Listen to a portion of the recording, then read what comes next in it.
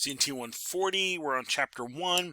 Hopefully with all that background, we can start to see the development or evolution of other areas, including cabling. Manufacturers, your different companies, assume the role of developing some standards for their products so that there was interoperability. Meaning, if I took my patch cable from company A and plugged it in this company's computer or that company's computer, it should work. That kind of idea. We take a lot of that granted for today, but at one point in time when you had all these companies developing their own networks, their own cabling for their own computers and their own protocols, this stuff was not interchangeable. So it took time for companies to start coming around to, hey, maybe we should make things that we're all using the same type of pinout or the same type of cabling that we could actually connect to each other. So, if we look at IEEE did a lot of standardization for computer networking electronics, your network cards, your Ethernet network card, your wireless network card, those kind of things. EIA-TIA for cabling in the United States, and your ISO for cabling worldwide. So these different organizations were like, hey, we need to kind of start making some things so that they're interoperable, connect to each other. That leads us to premise cabling. Premise cabling is the cabling used inside a building, usually at a business or a campus kind of thing, that follows industry standards. The structuring cabling systems defined by EIA-TIA 568 or international standard ISO 11801. And these were standards set aside to say, hey, let's use this kind of format for our LAN, our telephone systems like that, but also eventually other things started getting putting on top. Closed circuit television, security, fire alarms, those kind of HVAC systems eventually start running on top of this cabling infrastructure. And nowadays there's a lot of things running on top of that cable infrastructure. And it's because of early on, let's start getting some things standardized. Well, let's remember a little bit about premise cabling. A lot of people, when we start talking about this, start going, well, hey, I don't do this at home. I don't do all this at home with the patch panels in the closets. Right, because I don't usually need to do all this in my home, but in a large business I do. So if we remember how our electrical power is dealt with in our house, if I think about the electrical outlets in my house, there's a couple of outlets in the living room, there's a couple outlets in your bedroom, a couple outlets in your sibling's bedroom, there's a couple outlets in the kitchen.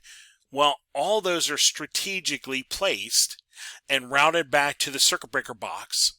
And this allows me to, take my radio or take my, I was joking about taking a toaster. I can take the toaster in the kitchen, plug it in, make toast. I could take unplug the toaster, walk into the living room, plug it in, make toast. I could take it out. I could go upstairs in my bedroom, plug it in, make toast. This is giving me that flexibility to get the power kind of like conveniently around my house. Well, that's exactly the same idea that's done with data in a building.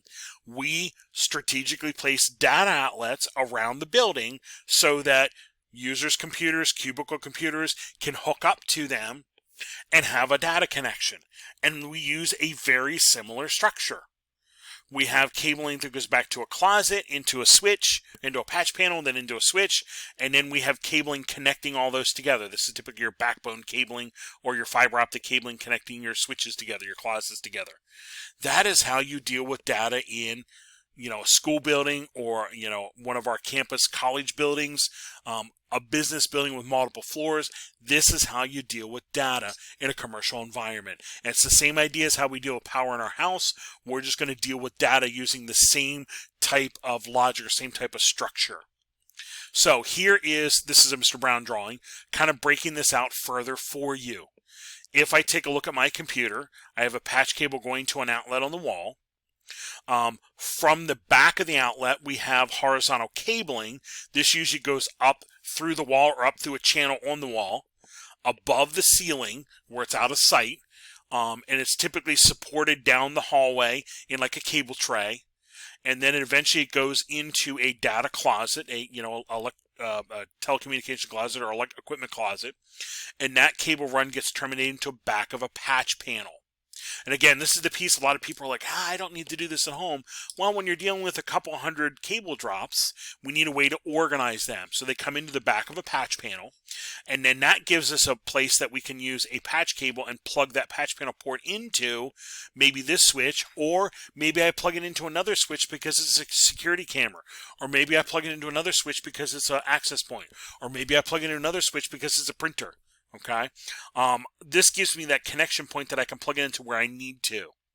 This is your 568 standard premise cabling, structured cabling environment.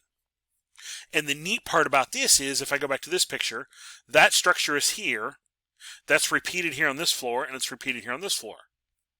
So Mr. Brown took this drawing and showed you if I had a 2-floor building, this exact same structure copy-paste up here. The only difference is I connect my 2 switches together with typically a fiber cable. That would be my backbone cable. Okay, that is your basic standard 568 standard structured cabling structure in a building, premise cabling in a building. This is how you typically deal with data cabling or data connections in a building. Hopefully this looks familiar from 120. If not, hopefully we're filling in some gaps for you. So this is used for LANs, telephone systems, but other things have been put on top of this, like IP phones, like access points, like a closed circuit television or security cameras, sometimes even fire alarms or other sensors, sometimes even HVAC controls are run across your data network. UTP is pretty much predominantly used, unshielded twisted pair cabling, for our horizontal connections. And fiber is typically used for either long distances or, as I showed you back here, for the connection between our data closets, for distance as well as bandwidth capabilities. So cabling standards were written again by manufacturers trying to ensure interoperability. Okay, and these standards in the 1980s were all about the development of LANs. Phone signals became digital, etc., etc. So the 1990s were like, hey, we need a way to kind of standardize this. This is when your structured cabling came on the scene, and your EIA-TIA standard as well as your ISO worldwide standard. Those came on the scenes. So the model for this was literally AT&T's phone system. Again, I said earlier, AT&T was a monopoly. Yes, we don't really like monopolies, but in the beginning of developing all the phone system, AT&T, and being a monopoly, actually helped with this nationwide system of cabling that was standardized. And that knowledge, that basis, was used to move our system along. So in the a survey was done in the early 80s that found that almost 100% of the stations were less than 300 feet from a wiring closet. So that became the goal for the 568 standard. Let's keep everything below this 100 meters for cabling distances, etc. So that kind of evolved from that what AT&T had done. Now, our standard, again, is a voluntary standard. There is no law that says I have to cable building this way, but it's the whole interoperability thing. If I want things to work, a different computer, a different printer to work on this network, if I follow this standard, things should work. That's the idea behind it. Now, and again, TIA 568 in US, ISO 11801 for international. Those are the standards specifying that structured cabling. We do need to remember that codes like the National Electrical Code, NEC, that is actually specifying that you should do something by law. I need to wire my electrical outlets a certain way so they don't cause a short and a fire. Or they don't overload and we have a wire melt and get a fire. Now those are usually laws that we need to follow when I'm building a building or installing or I'm installing new outlets in a building, that sort of thing. So my 568 structured cabling, as I recognize now that it needs to be 100 meters or less. That's what AT&T kind of figured out. So we have 90 meters of permanently installed cabling, the permanent link, and no more than 10 meters of patch cords with that So the 90 plus your 10 is your 100 meters. So I'm going to roll back to this picture back here real quickly. If you look at my example, here is that I say up here 90 meters max. And then I have basically 5 meters here of patch cable, 5 meters here of patch cable. So that is basically the structured cabling. That's the standard that we're trying to follow. Usually unshielded twisted pair is used for that horizontal cabling, and there have been categories developed over the years. We'll talk about that in just a minute. Those categories are really designating the performance level. As we go up in category, the performance level increases. It's able to carry more bandwidth. It's able to carry more bandwidth. It's able to carry more bandwidth. And as we look at that cabling, we'll find out that the structure inside is changing to support that increase in bandwidth. Okay. Most installations now, we're looking at probably category 6 cabling for our horizontal cabling. And actually, as we do our labs in the room, we'll be using category 6 cabling and outlets and so forth. Here is the picture in the book showing the structure, showing the main equipment closet. Here's your backbone cabling going to the other closet, horizontal cabling going out to the outlets, and the patch cable to the workstation, that kind of thing. As I showed before, this is another way of seeing the same thing. Here's your main equipment closet, backbone going to the next floor, backbone going to the next floor, and then each floor we have horizontal cabling going out to an outlet on the wall, patch cable to a workstation. And then here's my example, same idea, patch cable to an outlet on the wall, horizontal cabling going up the wall, above the ceiling, down the hall, into a closet, into a patch panel, and then patch cable into your switch. And if I have a multi-floor building, I'm repeating that and connecting my switches together with fiber optic. That's the type of thing that is happening. Now, as we mentioned there, backbone cabling connecting our closets is typically going to be fiber optic. The standard specifies that we have two options.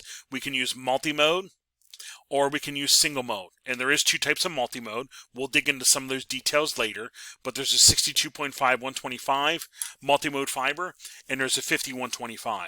The 50-125 is becoming more popular and being used more because it's able to carry higher bandwidths. That smaller core than the 62.5 is able to carry higher bandwidths at less signal loss, if you will. And then single mode fiber specified, which is like 8 or 10 micron core, 125 cladding. And this being the smaller core, you can transmit a signal greater distances. So we're now looking at maybe like a campus connection across campus, building to building type of thing across campus, giving me the extra distance that I might need. Fiber optics can also be used in 568 using a centralized fiber network. And I think they showed that back here on this here. I can actually run fiber out to a passive patch panel and then patch a cable out to a workstation or a device out further in the network. So that can also be done too. That's called a centralized fiber network. We do have access points we need to cable in. Yep. And those we can almost think of this almost as a extra workstation out there that I'm cabling in. And our switch could power that using power over Ethernet. We have our telecom closets, telecom rooms. We have the backbone cabling connecting our switches together. We have the main cross connect. Let me see if I can show. Yeah, we'll go back to here. This would be my main cross connect or my main equipment closet. This might be where I have routers and firewalls and servers and so forth. And then up here would be a telecom room, which has usually just maybe switches and patch panels, not usually too much more. Again, here's our horizontal cabling coming out to the workstations, backbone cabling coming between the two closets. And then the standard does not include coax cable in LANs. We're not usually using coax cables in LANs too much, but the standard does allow it for residential because some of us still use coax for a data connection coming into our house. That still does happen. And there's also standards to include passive optical LANs or passive optical networks, the fiber to the home. In this area, we might call it FiOS from Verizon kind of thing. That might be a name that you might recognize as we say. All right, when we come back, we'll talk a little bit more about standards for some details about the 568 standard.